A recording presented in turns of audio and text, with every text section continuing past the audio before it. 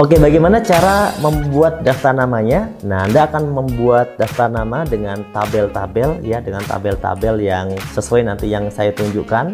Ya, Anda bisa lihat tabelnya. Di situ tertulis ada nomor, nama, ya, kontak, nomor handphone atau WA gitu ya. Kemudian domisili, tempat dia tinggal ada di mana, di kota mana, ada tulis kotanya saja. Kemudian pekerjaan, ini penting Anda ketahui pekerjaannya apa. Apakah dia PNS, apakah dia karyawan swasta, kantor gitu ya. Kemudian di sana ada kolom-kolom yang bertuliskan FAST dan SP. Apa ini maksudnya? Nanti saya akan jelaskan. Nah, daftar nama ini sebaiknya Anda buat dalam buku yang besar ya. Kalau saya arahkan seperti ke buku folio F4 yang bergaris, atau mungkin sering dikenal dengan buku notulen gitu ya, buku folio F4. Itu sangat bagus, efektif, karena daftar nama ini biasanya kita gunakannya saat kita ada di rumah di malam hari, cenderung di malam hari. Kalau para mentor cenderung di malam hari, karena kita membuka di malam hari. Ini daftar nama yang akan kita kerjakan besok pagi, itu kita sudah buka di malam hari, kita udah siap-siap tandai ya.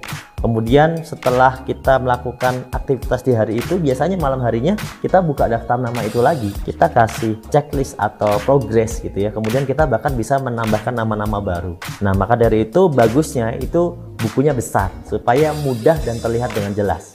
Tapi kalaupun Anda misalnya memiliki daftar nama yang lebih kecil misalnya, yang mungkin diarahkan oleh tim leader Anda lebih kecil, no problem. Sebenarnya no problem, karena itu cuma masalah ukuran. Tapi akan lebih bagus kalau ukurannya itu besar. Oke, tabel-tabelnya saya akan jelaskan. Tabel-tabel yang ada di daftar nama ini Anda bisa lihat. FAST, apa maksudnya? F ini sebenarnya panjangannya adalah finansial. Jadi kita akan menilai finansial dari calon mitra atau prospekan kita. Finansialnya kira-kira nilainya berapa. Kemudian A adalah antusias, antusiasme dia dalam merespon informasi positif dari kita ini seperti apa. Kemudian S itu supelitas, tingkat pergaulan dia. T adalah teachable, kemauan belajar dia seperti apa. Nah, nilainya kita cukup bikin yang mudah, yaitu cukup dinilai dengan skor 1, 2, atau 3. Kalau rendah berarti 1, kalau sedang berarti 2, kalau tinggi atau baik berarti 3. Itu cara menilainya ya. SP itu apa? SP adalah skala prioritas. Oke, sekarang kita belajar menilai dulu. Bagaimana cara menilainya? Pak, bagaimana kita bisa menilai finansial seseorang? Di sini ada beberapa cara yang kita bisa ketahui. Yang pertama, untuk menilai finansial adalah kita melihat pekerjaannya. Yang kedua, kita bisa lihat secara fisik dari handphone yang dia pakai. Dan yang ketiga adalah kendaraan. Nah, jadi kadang orang itu tidak terlihat bekerjanya apa, tapi handphonenya bagus. Kemudian kendaraannya juga bagus. Nah, di situ kita bisa menilai seberapa kuat keuangannya. Berapa nilainya? Nah, Anda tahu bahwa di PTBS ini ada paket-paket pembelanjaan. Ini akan jadi indikatornya. Ada basic, ada reguler, dan seterusnya. Di sini, kalau misalnya orang ini itu finansialnya itu 0. 0 itu memang dia minus gitu ya. Minus itu mungkin bisa jadi dia tidak punya pekerjaan. Handphonenya juga mungkin nggak punya handphone, atau handphonenya itu biasa saja, nggak mahal gitu ya. Anda bisa nilai. Kemudian kendaraannya juga mungkin dia juga belum ada kendaraan, atau mungkin dia juga punya kendaraan butut atau kendaraan yang masih cicilan. Dari sana Anda tahu bahwa kalau dia paket basic saja tidak mampu, maka beri dia nilai 1 untuk finansialnya. Tidak mampu itu belum ada uangnya, atau uangnya itu memang sudah habis gaji dia gitu buat bayar cicilan.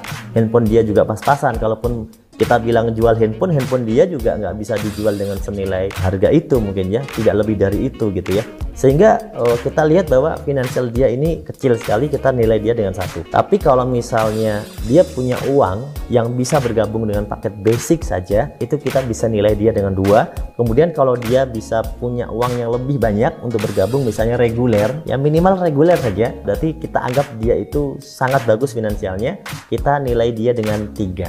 Sampai di sini bisa dipahami ya teman-teman ya.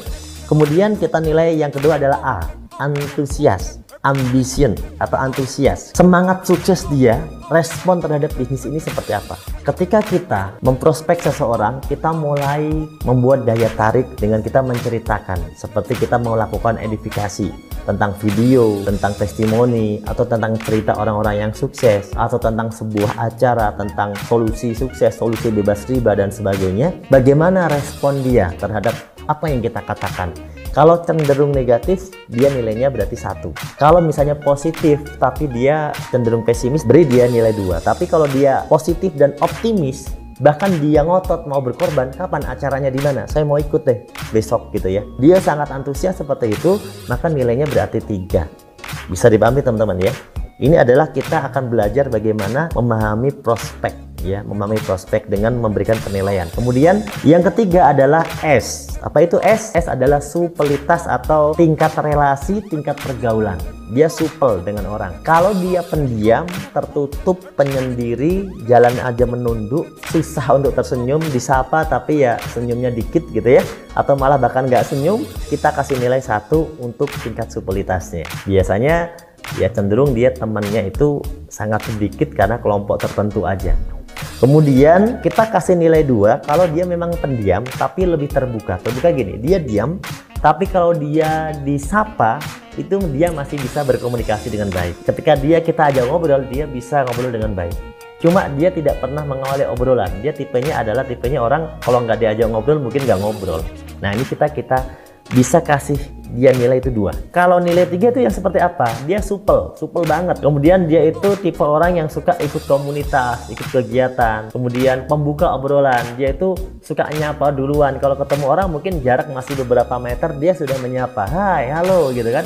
Assalamualaikum, halo guys gitu kan. Halo bro gitu kan. Itu adalah tipenya 3. Dia tipenya sangat supel, gampang menyapa orang. Kemungkinan banyak temennya. Karena orang-orang supel itu kemungkinan banyak temennya. Termasuk orang-orang yang memiliki jabatan. Misalnya dia punya jabatan yang sangat strategis, meskipun kita nggak kenal dia, tapi dia punya jabatan, anggap saja dia nilainya 3. Kenapa? Karena orang yang memiliki jabatan itu dia memiliki kelebihan, dengan jabatannya dia bisa menghadirkan orang dengan jabatannya tersebut. Jadi kita anggap nilainya juga 3. Oke, selanjutnya adalah T, teachable, yaitu orang yang mau mendengarkan arahan, mau mendengarkan informasi dari orang lain. Tidak semua orang mau mendengarkan informasi dari orang lain, apalagi kalau yang ngomong lebih mudah, ya kan? Kita nilai 1 jika orangnya itu susah untuk belajar, tidak pernah belajar. Kok tidak pernah belajar? Ya, dia biasanya kalau diberikan informasi, dia suka langsung menyela, nyolot gitu bahasanya ya, merasa pinter ya. Terus cenderung kalau mungkin dia mau datang ke sebuah info yang kita kasih, mungkin ya dia mungkin maunya yang gratisan lah. Ini cenderung orang yang kita anggap tidak mau belajar. Kita kasih dia nilai 1 ya.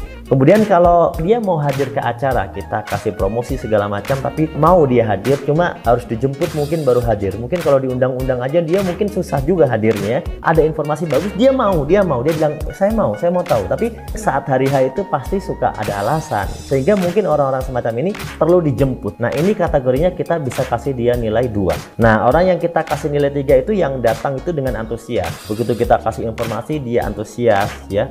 Dia langsung mau training ya. Dia trust kepada mentor, dia mudah mendengarkan orang lain bicara, dia tidak menyela obrolan, dan dia cenderung suka membaca. Mungkin Anda bisa amati teman-teman Anda suka baca buku-buku positif ya. Anda bisa lihat mungkin dia membaca buku-buku motivasi, atau buku-buku tentang kesuksesan, atau mungkin buku-buku pelajaran agama, atau buku-buku tentang pembelajaran ilmu lah ya, tentang ilmu gitu ya. Nah ini biasanya orang-orang yang teachable, orang-orang yang haus terhadap ilmu. Kemudian mau berinvestasi untuk belajar. Dia pas diajak ke acara, dia itu bahkan tidak pernah mengharapkan gratisan. Dan bahkan dia ketika datang dia rela mau bayar sendiri. Dia nggak tanya nanti dibayarin nggak sama kamu gitu. Ataupun kalau tanya dia bilang nanti saya bayar sendiri. Ini tipenya mungkin kita bisa bilang dia ini teachable sekali. Kita kasih dia nilai 3. Sampai sini paham teman-teman? Ya nanti Anda bisa ulang lagi dan Anda bisa obrolkan lagi bersama tim leader Anda ya untuk penilaian FAST ini.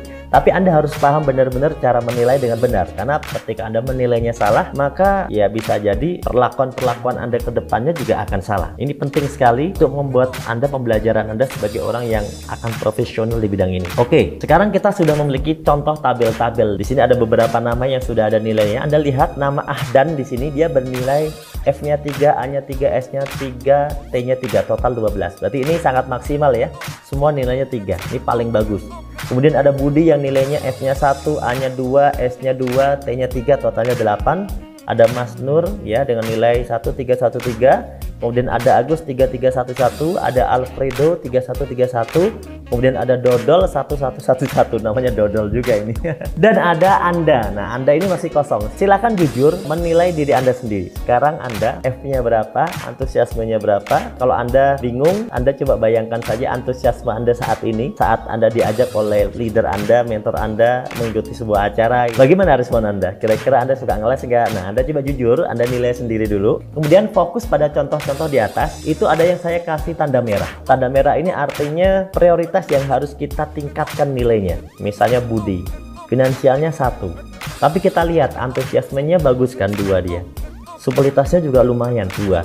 Teachable-nya juga bagus, 3. Artinya budi ini itu orangnya bagus. Dia berpotensi banget untuk bisa menjadi tim Anda yang bagus. Hanya saja dia punya kelemahan, finansial dia di awal itu sangat rendah. Di awal, ingat, finansial dia di awal sangat rendah. Maka kalau Anda melihat orang yang seperti ini, fokus yang Anda sampaikan ke dia adalah berikan dia solusi-solusi tentang finansial. Bagaimana supaya dia bisa bergabung? Solusi apa? Berikan inspirasi-inspirasi. Jadi bukan Anda hanya menekan dia dengan bergabung ya, tapi Anda harus berikan dia solusi, ide-ide, inspirasi yang membuat dia terinspirasi. Contohnya misalnya Anda berikan contoh kepada Budi bahwa dulu saya juga nggak punya uang gitu ya, tapi Anda berikan contoh yang membuat dia terinspirasi untuk dapat uang itu dari mana gitu. Apakah dari jual sesuatu yang bisa dijadikan join? Dia perlu kisah-kisah itu. Bahkan kalau Anda ajak dia ke seminar, sebenarnya fokuskan dia untuk melihat testimoni-testimoni cara orang itu bergabung. Orang-orang yang mungkin seperti dia kok bisa bergabung, itu gimana caranya padahal nggak punya uang. Nah, itu yang dipenting dari sosok dari Budi ini. Oke, kemudian Anda bisa lihat lagi yang kedua, di sini ada Mas Nur ya, finansialnya itu ada tanda merah, supelitasnya ada tanda merah. Di sini problemnya lebih ganda, dia finansialnya rendah, supelitasnya juga rendah. Bisa nggak orang semacam ini kita ajak bergabung? Bisa. Bisa nggak dia sukses? Bisa. Tapi Anda juga perlu tahu cara membawa orang semacam ini. Dia tidak supel. Anda harus ajak dia ketemu teman-teman Anda, ajak dia bergaul, ajak dia senang gitu kumpul dengan teman-teman Anda, supaya dia lebih merasa dia punya teman baru. Nah, dia nanti akan merasa nyaman di sana. Kemudian ada Agus dengan supelitas yang rendah, teachable-nya rendah. Nah, teachable yang rendah ini sangat berat ya. Teachable yang rendah ini sangat berat karena kita harus mengajak dia untuk ke pertemuan.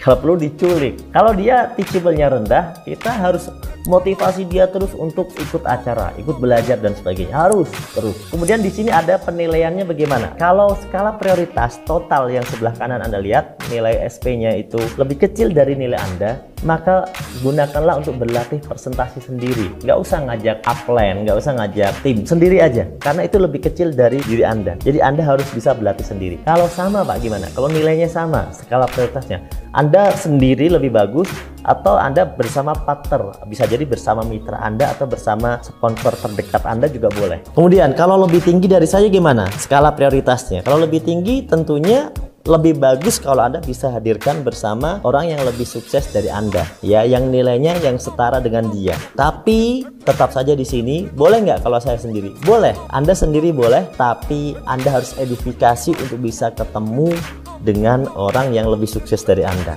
Itu ketika nilainya di atas Anda.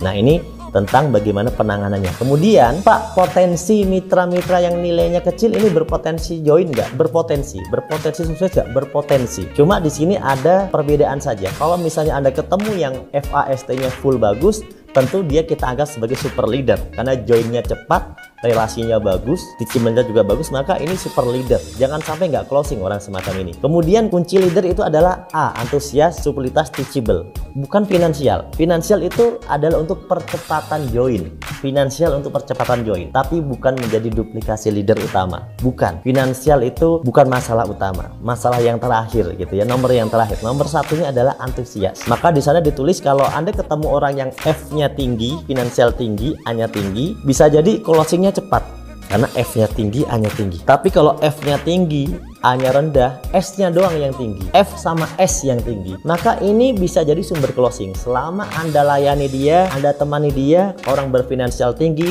dengan supelitas tinggi, Anda bisa dapat banyak closingan di sana. Tapi orang tipe ini biasanya mintanya dilayani karena dia antusias belajarnya kurang, mintanya dilayani gitu ya. Nah, kalau yang A-nya tinggi, kemudian supelitas tinggi, tentu itu sangat bagus. Apalagi teachable tinggi, wah itu sangat-sangat bagus. Anda prioritaskan orang-orang yang dengan antusias dan teachable yang tinggi. Apalagi kalau finansialnya juga tinggi, itu prioritas karena cepat closing ya kan.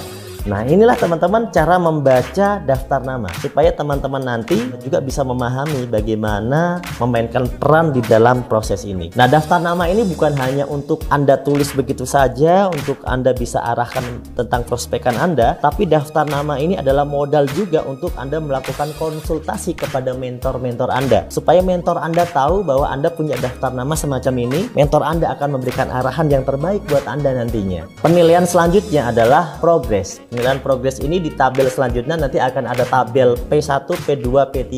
P1 itu artinya orang-orang yang sudah Anda prospek baru pada tahap pendekatan, building trust, baru membangun kedekatan, baru tanya-tanya apa kabar gitu dan sebagainya, itu baru kedekatan. Kalau sudah mulai nawarin bisnis, nawarin solusi, Anda masuknya di P2, berarti Anda checklist sampai ke P2 ya. Kemudian kalau sudah sampai ke tahap presentasi penjelasan, maka berarti sudah masuk ke tahap P3, yaitu masuk sampai udah presentasi. Kemudian kalau sudah sampai seminar, berarti di sana ada S ya, Anda checklist seminar, atau S itu Anda checklist. Kalau udah join, Anda checklist join. Nah, kalau belum join ya berarti belum join gitu ya. Di sana tidak ada tandanya karena dia belum join. Nah, ini adalah tahapan awal ya, bagaimana Anda menggiring seseorang, ya, memprospek seseorang mulai dari awal sampai dia bergabung. Nah, ini adalah tabel daftar nama yang sudah kita lalui. Kemudian ada tabel-tabel tambahan yang juga bisa ditambahkan sebagai bentuk lanjutan daripada progres yang tadi, yaitu kita sebut mungkin sebagai follow up mitra ya. Karena dia sudah menjadi mitra, maka ada tabel tambahannya. Bagaimana kita nanti bisa melihat aktivitas dia dari sisi pertemuan dan juga dari sisi progres. Yang pertama, kita bisa lihat dari sisi progres dalam dia melaksanakan yang namanya membuat daftar nama yang sama seperti Anda sudah lakukan. Jadi ketika mitra Anda ini sudah membuat daftar nama, maka Anda checklist. Tapi ketika mitra Anda belum membuat 100 daftar nama tadi seperti yang sudah diarahkan, berarti dia belum kita checklist di tabel DN atau daftar nama. Kemudian setelah itu ada beberapa kegiatan-kegiatan training yang juga harus kita edifikasi terus dan berikan dia pemahaman bahwa dia harus ikuti training-training tersebut. Di sana ada SLC, Spiritual Leadership Camp, kemudian ada HTS, How to Start, kemudian ada Network Independent Training, kemudian LT, Leadership Training, dan Camp. Kemudian yang terakhir adalah GSS. Itu adalah rangkaian kegiatan yang harus diikuti oleh mitra kita, oleh kita juga tentunya ya. Dan itu kalau kita sudah punya mitra yang melalui semua level itu, saya yakin mitra Anda adalah mitra terbaik Anda, dan dia adalah mitra duplikasi Anda. Mungkin dia adalah peraih motor, peraih mokes, peraih book mokes, peraih luxury berikutnya ya, ketika dia sudah melalui semua tahapan tersebut. Tentunya bagi orang-orang yang belum bisa melalui tahapan-tahapan tersebut, maka harus kita follow up terus, harus kita motivasi terus, harus kita silaturahim terus, karena begitulah cara kita membuat orang ini sukses. Tidak mungkin orang sukses tanpa pola pikir sukses, tidak mungkin orang ini berhasil tanpa pola pikir, cara berpikir yang sama seperti orang-orang yang berhasil. Maka bagaimana membuat mereka memiliki pemikiran yang sama? Maka caranya adalah dengan mengajak mereka di pertemuan yang sama, merubah pola pikir mereka ke dalam pertemuan yang sama, yang melakukan action yang sama pula. Itulah caranya. Mungkin ini adalah tahapan membuat daftar nama yang bisa saya sharingkan kepada teman-teman semuanya.